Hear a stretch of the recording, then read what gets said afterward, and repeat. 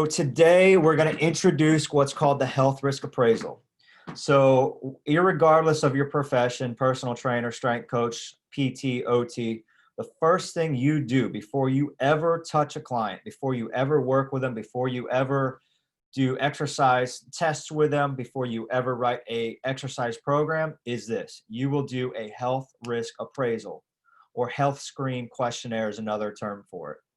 Okay, so for example, all of you have filled out a lab waiver and have filled out a health risk appraisal.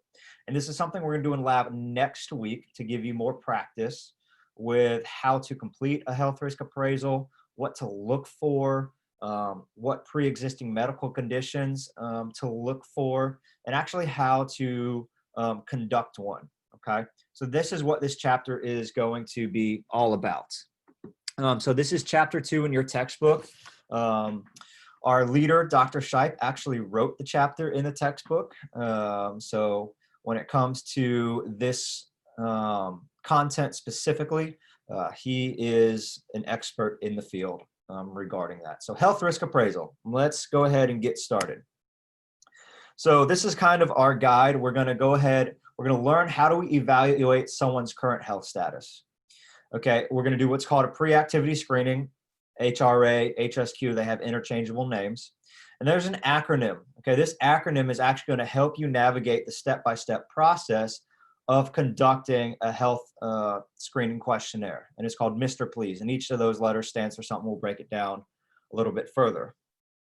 And then we're going to talk about the major underlying conditions that people in our country face. We're going to talk about cardiovascular disease, pulmonary disease, and then metabolic disease, so like type 2 diabetes.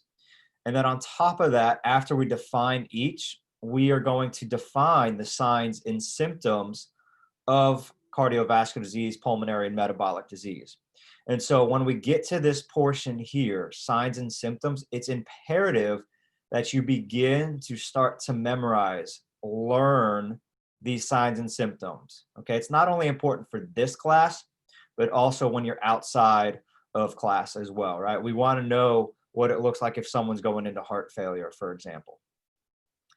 And then we have what are known as primary and secondary risk factors. So risk factors are essentially factors that increase your risk for a cardiovascular event during exercise. It increases your risk for maybe the onset of type 2 diabetes. So like, for example, high blood pressure is a primary risk factor for the onset of cardiovascular disease or type 2 diabetes.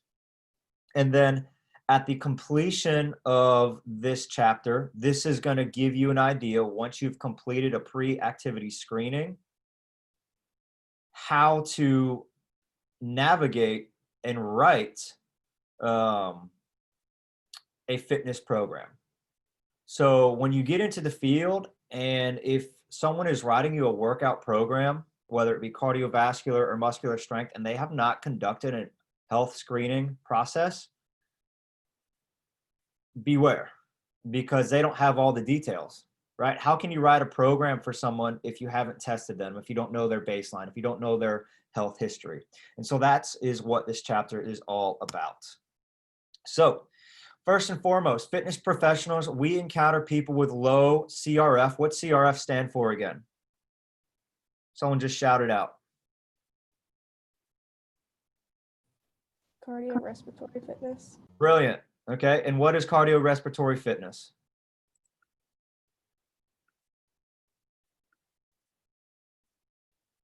What is cardiorespiratory fitness? Someone give it to me.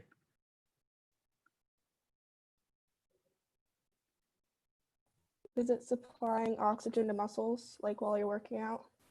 Yeah, so cardiorespiratory fitness is essentially aerobic fitness program, i.e. running, walking, jogging, in which is improving the cardiorespiratory system, which is going to improve your body's ability to transport oxygen to its working muscle tissues to create ATP, which ATP then gives your body energy to perform that muscular contraction, which performs that exercise specifically. So if I ask you, hey, what is cardiorespiratory fitness? You should be able to define it and then give the physiological phenomenon behind it, okay? Again, so for everything, just as a helpful hint, when you get to your homework, if I ask you something, define it and give me the physiology behind it. That is what we're looking for in this class, because that is going to help you understand in greater detail how workout programs work. So always the definition and the physiology behind it. So as fitness professionals, this is your responsibility: screening prospectives for exercise. Okay, so that's what we're learning here. Why do we screen? Why do we think we screen? So based on everything I've said, can someone recap why we screen participants pre-exercise? You don't want to overwork anyone and have anyone get like sick or hurt. Yeah, you don't want to overwork anybody, right? You want to know exactly where their health status is at, so you can write a testing protocol that's appropriate for him or her, and then from that testing protocol, create a proper program, right? If I don't do a health screening and I ask somebody, hey, we're going to do a 2-mile run test today, but they have cardiovascular disease, that's going to increase their risk for a heart attack during exercise. And then guess who's in trouble? Who's getting sued? You are, as the health professional, okay? So to determine whether or not medical clearance is warranted. And so this is the big picture in which why we are conducting health risk appraisals. We need to see if someone needs to be cleared by a doctor before they participate in a physical activity program. That's the end game, okay? That is the goal of these health risk appraisals. We want to see their current health status, and then we also want to see if a doctor clearance is recommended. That's the two big points. So the question is how? How do we conduct a health risk appraisal? Well, it's pretty simple, okay? You start with a pre-participation screening questionnaire, okay? And there's a bunch of different ones. So for example, y'all completed a health screening questionnaire for the lab in HSQ. You can do an HRA, which is a health risk appraisal, okay? Some people will use a PARQ plus, so physical activity readiness questionnaire for everyone. And essentially they all do the same thing. They all ask, your demographics. What's your age, height, weight, blood pressure, resting heart rate? What are some medical conditions we need to know about?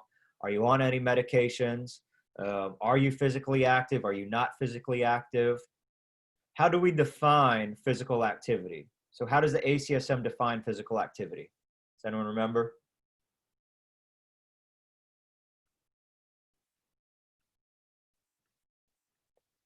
How does the ACSM define physical activity? Moderate activity for 30 minutes a day, 5 days a week. Brilliant. And so what is moderate activity, Mackenzie? It's just like walking, like brisk walking. You got it. So what would be vigorous? Jogging. Perfect. All right. So those norms are your bread and butter. Make sure you have that in the back of your head, know it, memorize it, learn it. Okay. That's how we're defining physical activity this semester in this course specifically. Okay. Practical standpoint, when you are in the real world and you guys are filling out an HSQ, okay, and you don't know something, when in doubt, refer your client to a medical professional. Okay. So for example, say they have high cholesterol and they can't remember what medication they're on. Hey, go double check with your physician before you come back and we start a program. Why do you want to double check when in doubt?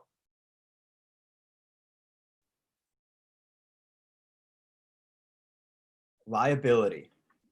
Okay, you are liable at that point. Okay. So when in doubt on anything, hey, I don't know what my blood pressure is. Okay, I don't know if I have cardiovascular disease. I don't know what my blood levels are, for my blood sugar levels are. I don't know what my triglyceride levels are. When in doubt, go seek medical profession. It just protects you. If you're going to own your own business, it's going to protect your facility. Okay, so when in doubt, go seek a doctor prior to starting with that individual. Okay. Again, how do we do this? We do this, and when do we do this? We do this at the start. So this is the very first thing that you do with your client. Say maybe you own your own gym and you own a business. They come in, maybe you have a screening process. They fill this out and they do some fundamental teaching with you. So you do this at the very start. And so the first thing an HSQ is going to look at your current physical activity level. Every time you see PAL, it stands for physical activity level. So you might see in future homework assignments, PA or PAL. PA is physical activity. PI is physically inactive. Okay, so in HSQ, there's a section that asks somebody, hey, are you physically active or not? Okay. 2, it helps you identify if that individual has cardiovascular, metabolic, or renal disease. So again, cardiovascular will break that down further, metabolic, type 2 diabetes, and renal disease. For all practical purposes in this class, we're really not going to talk about renal disease because essentially renal disease, they'd be, if it was really bad, they'd be on dialysis. And so our main focus when I'm teaching you guys how to analyze paperwork, we're going to be really looking at cardiovascular and metabolic disease specifically, okay? Because renal disease is very rare, and 9 times out of 10, they're in the hospital on a dialysis machine. Number 3, when someone is filling out this form, they also put their desired exercise intensity, okay? So for example, you have someone, I'm going to say, James O'Brien, I heard you're one of the best trainers in all of Charleston area. I want to come work out with you. I want to get in shape with you. I've done nothing for the past 6 months, but I know I want to run a marathon by the end of the month. Okay. Totally unrealistic, but this gives you an idea of your client and their mindset. And that's your job as a professional, once you've gone through this course, to help educate them on how to properly conduct a workout program. The reality of you doing nothing for 6 months and then running a marathon 4 weeks later is pretty impractical. But this gives you an idea of what they want to do, and then allows you to take all of the information from their health history and then their future tests to write a program that is going to get them safely to their exercise goals. Okay. Any questions with anything so far?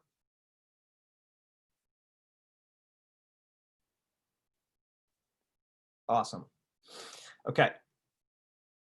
So there's a couple things that are going to help you identify individuals who should not start vigorous intensity exercise.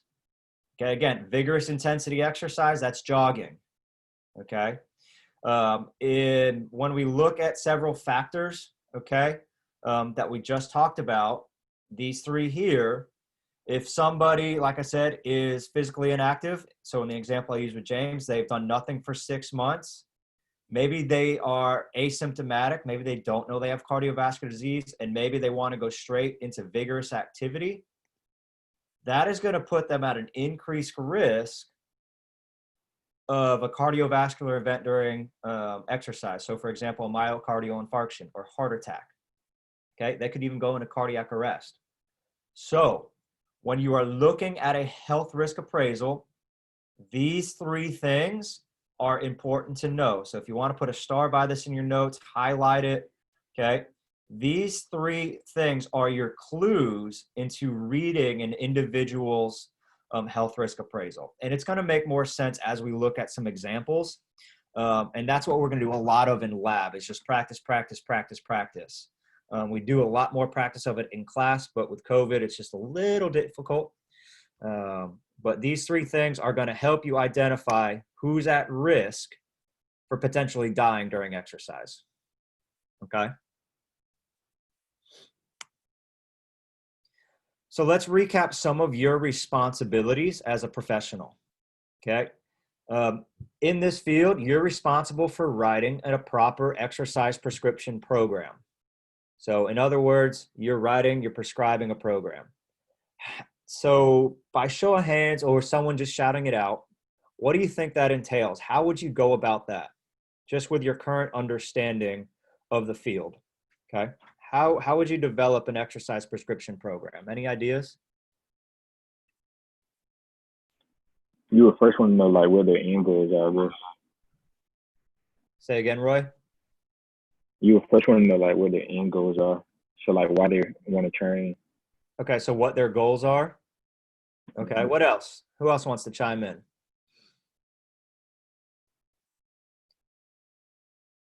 it So be based on their health? based on their health? Yes. Absolutely. You want to expand on that?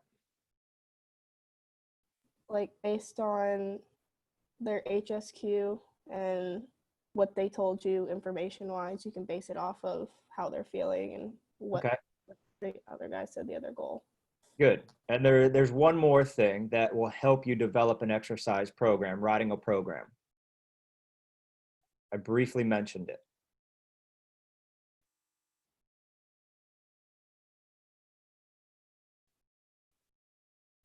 So for example, okay, Madeline, you're a soccer player, yes? Right? Yes. So, right, preseason or any athlete, you guys do fitness testing, right? Yes. So in the case of women's soccer, they did what was called a yo-yo test. This was to measure essentially their cardiorespiratory fitness, their VO2 max. But that test results, as I get those test results and their scores, I would put that in a database and I would use their test results to see where they are currently, what their current VO2 max and what their current CRF is. And based on that, I have a starting point. And now I know how much exercise I need to prescribe in order to improve her VO2 max. Okay, it's the same thing as sometimes why you might take a pre-quiz, right? I want to see where you're at. And then from there, I can build a course appropriately to make it easier or harder. Okay, like your first quiz that you have, for example. I use that as a measurement to kind of see what you've understood from your reading, who's not reading, how I'm lecturing. And that helps me, okay, I can go harder, I can go more intense, I can back off, I can explain things more thoroughly. So that gives you an idea of how to prescribe. So HSQ number one, then testing, okay? Again, why do we do that? I just kind of explained it. This is gonna help give you as much tools possible to improve that person's health and fitness based on their current status. All it is at the end of the day is getting the starting line. Okay. Another good example is if I go to the weight room and I ask a freshman, hey, you're squatting today as much as you can. We're maxing out, but I've never seen them squat. I've never screened them before. That's going to put them at an increased risk of injury compared to, all right, let's do a health questionnaire. Let's see where they're at. Let's baseline, baby steps. Start more conservative in a workout program. Okay, so to review, why do we screen? Here's all the reasons why we screen, okay? We assess for medical history. I wanna know what's going inside of your body. I wanna know what medications you're on. And we're gonna talk about a couple medications at the end of this chapter on Friday. For example, we're gonna talk about beta blockers and why it's important to understand what medications folks are on. We are gonna determine the level of physical activity. Again, for point number 3, you are automatically measuring this against the American College of Sports Medicine's norms, okay? So to be deemed physically active, remember it's 5 days a week, 30 minutes, moderate intensity, or 3 days a week, 20 minutes, vigorous intensity. So if a person fills out an HRA and they say they're physically active, but it does not line up with either of those two criteria, they are deemed physically inactive, PI, okay? So make sure you guys are on top of that. So if you memorize ACSM, that's gonna aid you tremendously in identifying if someone is physically inactive or physically active. And then this gives you actually a good opportunity to get to know the person, right? In the athletic performance world, when I work with clients outside of CSU, right, I have to develop a rapport with them. Right? It's a people person industry. So irregardless if you're PT, OT, personal training, strength coach, ATC, if you're not a people person, you're going to have a very hard time building that rapport with your clients. Because at the end of the day, it's the people coming to you because you're a good person, you know what you're talking about, man, I can talk to this person. They're really easy to talk to. Okay. So that allows you to build that relationship with your clients. And that might, out in the real world, hey, so-and-so, check out James. He's the best trainer in Charleston. Here's why. And then word of mouth spreads. Your reputation precedes you. Okay.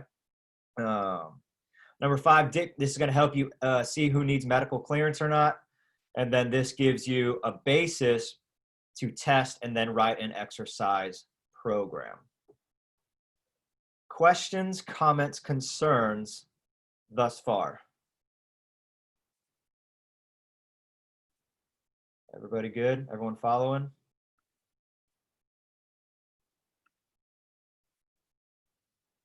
Okay, awesome. Then we'll move forward. Here's a question. Is exercise safe? It depends on the person. All right, elaborate. It depends. Now, before you go, that is a great answer. Okay, so in this field, in this class, there is no black or white answer. Everything is a little gray. Everything always depends. Okay, always depends. So sometimes you might ask me a question. I might hesitate to answer because I'm thinking, I'm processing it in my mind, because everything depends. So Roy, go ahead, continue what you were saying.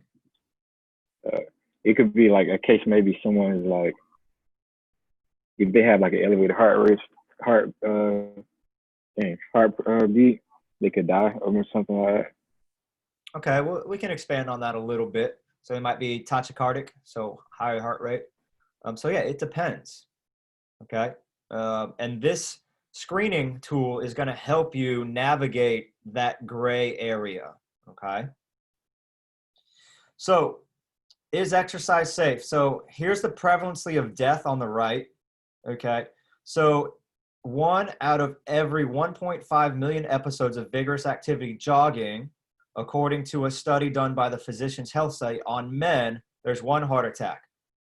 So 1 heart attack per 1.5 million episodes of jogging across the country. Okay. There's another study, I'll skip down because this is just to kind of give you more facts than actual you guys having to know this. Let's see, people who work out at a YMCA, there's about 1 death per almost 3 million hours of exercise. And then marathon and half marathon, this is interesting, about less than 1% of partakers in 100,000 hours have a cardiac arrest. Okay, so essentially it's very rare to die during exercise from a heart attack unless you have a pre-existing condition that you don't know about. And so this again helps you reveal that information. So risk is pretty low of a cardiovascular event during vigorous exercise. However, that doesn't mean it still can't happen. So our goal is to protect the 1, right? Jesus is after the 1, parable of the lost sheep. Right, 99 go missing, or 99 are there, 1 goes missing. Jesus is after that lost sheep. Okay, so that's our goal too, is identify the 1 who might be at risk and help him or her in this process.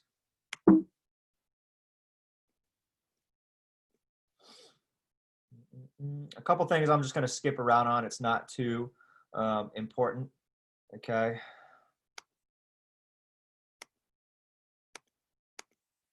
All right, let's see. Again, so when you are conducting your HSQ, okay, your job is to aid this person filling out the health risk appraisal. Not everybody understands in full the symptoms of cardiovascular disease, metabolic disease, or renal disease. So I might introduce it today, most likely Wednesday. I'm going to break down several cardiovascular disease and metabolic disease underlying conditions. I'm going to define them for you. And then I'm going to define what to look for. How does this disease occur and what are the symptoms? So when someone's filling out that HSQ, it is your job to read through it after they complete it and then understand what symptom is aligned with which disease. So that's point number 1. And then point number 2, as you identify these symptoms, as you identify, okay, it looks like this person has this disease based on what they filled out in the HSQ, it is then your responsibility, okay, to see if these diseases are clinically significant to which they need a doctor's approval before partaking in exercise. Now, 9 times out of 10, if an individual does have cardiovascular disease or metabolic disease, their doctor already knows about it and they already know about it, right? But you want to cross all of your T's, dot all of your I's, and double check, okay? And then finally, again, determine medical conditions. So I want to go over with you that acronym. Mr. Please is what it stands for. This is going to help you identify all the steps of a health risk appraisal, okay? So step 1 in a health risk appraisal, M, make sure you classify that this person is a regular exerciser. Are they currently PA or are they currently PI? So make note, are they currently physically active based on ACSM norms, or are they physically inactive based on ACSM norms? And so how do we do that? To recap, I try to be very, very thorough. That's why I ask a lot of questions, okay? So how do we recap? Somebody I haven't heard from. How do I know if someone's PA or PI?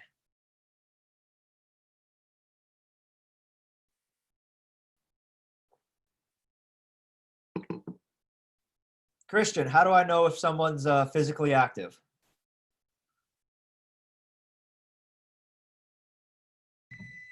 Can you hear me? Yes, sir. Oh yeah.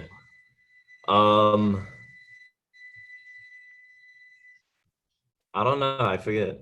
I can't remember. You know it. You know it. Don't say I don't know. You know. So ACSM, right? How many days a week? If I'm walking moderate activity, how many days a week? And what's the time frame? How many days a week do I need to walk to be physically active? 5 days a week. 5 days a week. And what's the time frame? Half an hour. You got it. Okay, brilliant. And then again, you could be 3 days a week, 20 minutes, vigorous activity jogging. Okay, if they don't meet that, they're PI. Number 2, letter R. Review medical history for established cardiovascular, metabolic, and renal disease. Okay, I know I'm emphasizing this a lot thus far. It's because it's that important. Okay, how do I do this? We'll talk about it when we get to that bullet point. P, pertinent signs and symptoms of cardiovascular, metabolic, and renal disease. So we'll get to this most likely on Wednesday. Okay, I'm going to, again, break down all the signs and symptoms. You have to be able to identify that. And this is where you're going to have to memorize what is deemed hypertension based on millimeters of mercury, what is high blood lipids, what is high blood sugars, okay, based on the deciliter. L, what is their level of desired aerobic exercise intensity? Keyword aerobic, okay? Majority of this class is all aerobic cardiorespiratory fitness. So what is their goal? Do they want to go from sitting on a couch to just a walking program? Or maybe they're a New Year's resolutioner. They made a New Year's resolution to get fit, which we know isn't going to last past the month. Just being honest, based on my experience. And they want to start a jogging program, okay? Or maybe they're competing in an Ironman. They want to get ready for performance. So what are their goals? E, establish if medical clearance is necessary. A, administration of fitness tests and evaluation of results. This is what lab is all about. We're going to learn how to administer certain tests, and you're going to learn how to interpret test data. Now, for lab this semester, due to COVID, there's going to be a lot more time spent interpreting results and data, just because it's less hands-on and we have less risk of transmission and spreading. You're still going to learn how to administer the test.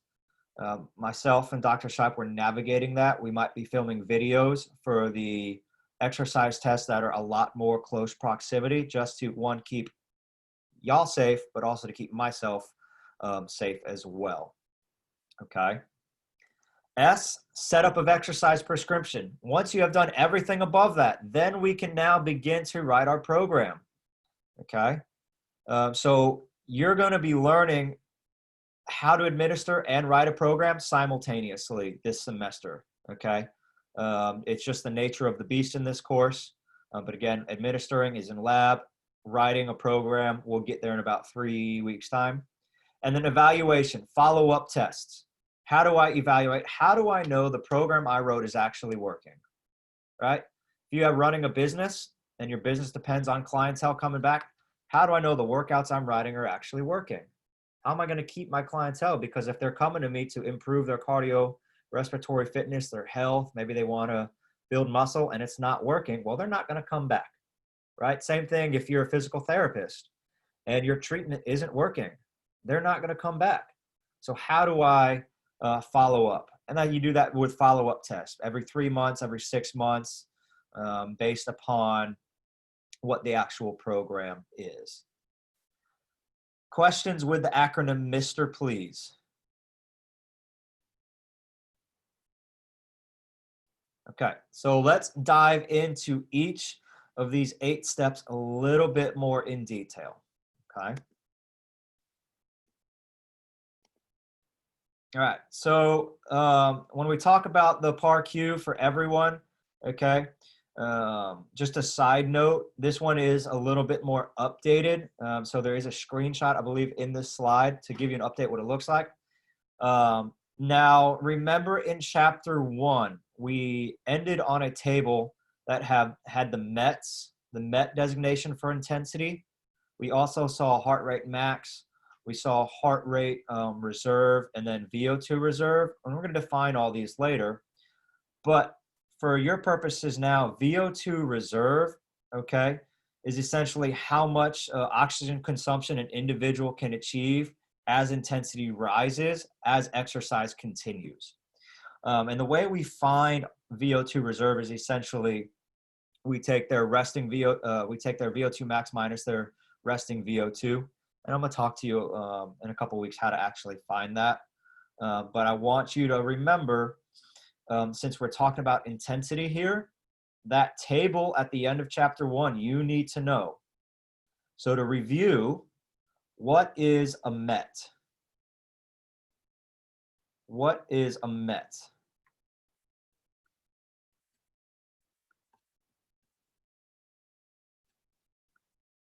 What is a MET?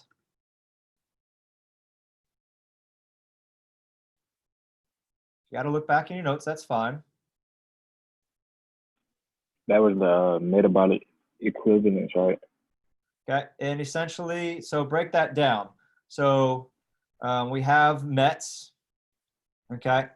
1 MET is equivalent to how many milliliters per kilogram per minute? 3.5. 3.5, okay? Now let's review. What is the milliliter per kilogram a minute? What does that represent? The energy you expend while you're resting. Okay, so energy you expend during resting. Let's kind of break it down, all right? So it's an intensity, okay? And that is a unit of relative intensity, okay? So again, that is relative VO2.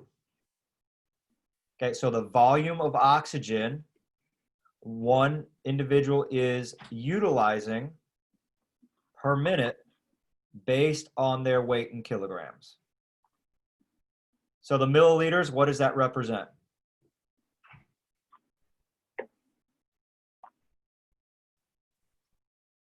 Anyone remember? What are you breathing in right now? The oxygen consumed. Yeah, so milliliters is oxygen consumed. Kilograms, what's the kilograms represent? Body weight. Yeah, your body mass. And then finally, the minute is obviously time. So the amount of oxygen in milliliters consumed per minute based on an individual's weight in kilograms. Remember, 1 MET equals 3.5 milliliters a kilogram a minute. When it comes to intensity of exercise, how many METs is considered moderate intensity? 3 to 5.9. 3 to 5.9. Okay, so as a class, go ahead and do this.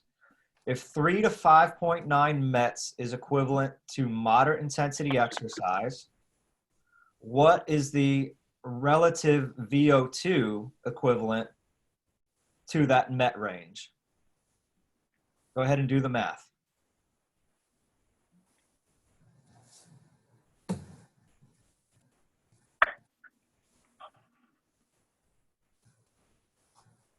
Christian, tell your roommate to put some clothes on, man.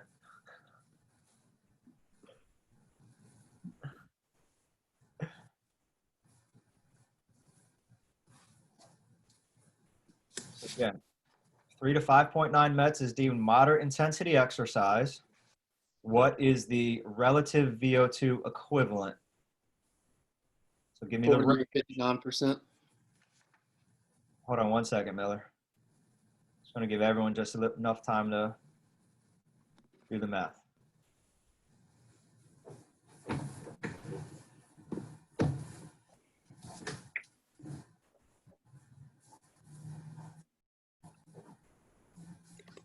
All right. So what'd you say, Miller? 40 to 59%. Did everybody else get that?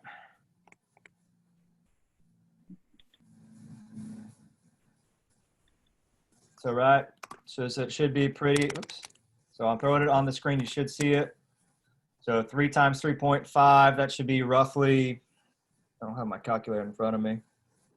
Quick math is not serving me well today. So you should have 10.5 milliliters per kilogram a minute to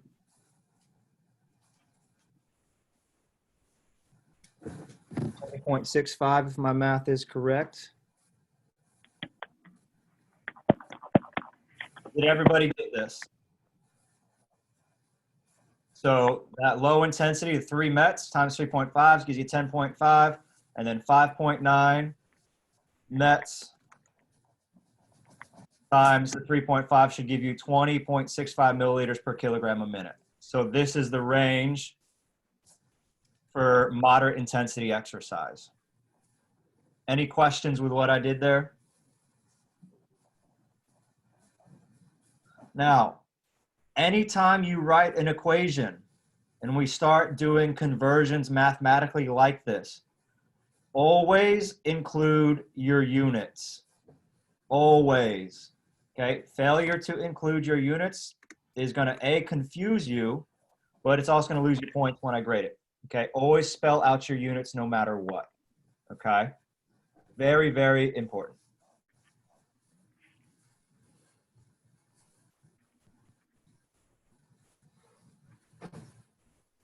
All right, and finally, I'm going to throw back the PowerPoint back on the screen just to wrap up this chapter before we get to our finish line here. I got about 5 slides, but some of them were just will be clicked through just to give you a general idea. So this is a sample PARQ Plus. This is what it looks like. Obviously, you know what an HRA looks like because 1, you filled that out for lab. And number 2, you're going to see even more of it next week. Okay, so our labs are always going to be a week behind lecture, which is fine. That just gives you more time to understand the material as we zoom through. Okay, so the HSQ, again, it's another screening tool, but it also allows you to get quick feedback about the big 3. So we named these the big 3, cardiovascular, metabolic, and renal disease. It allows you to recognize major signs and symptoms.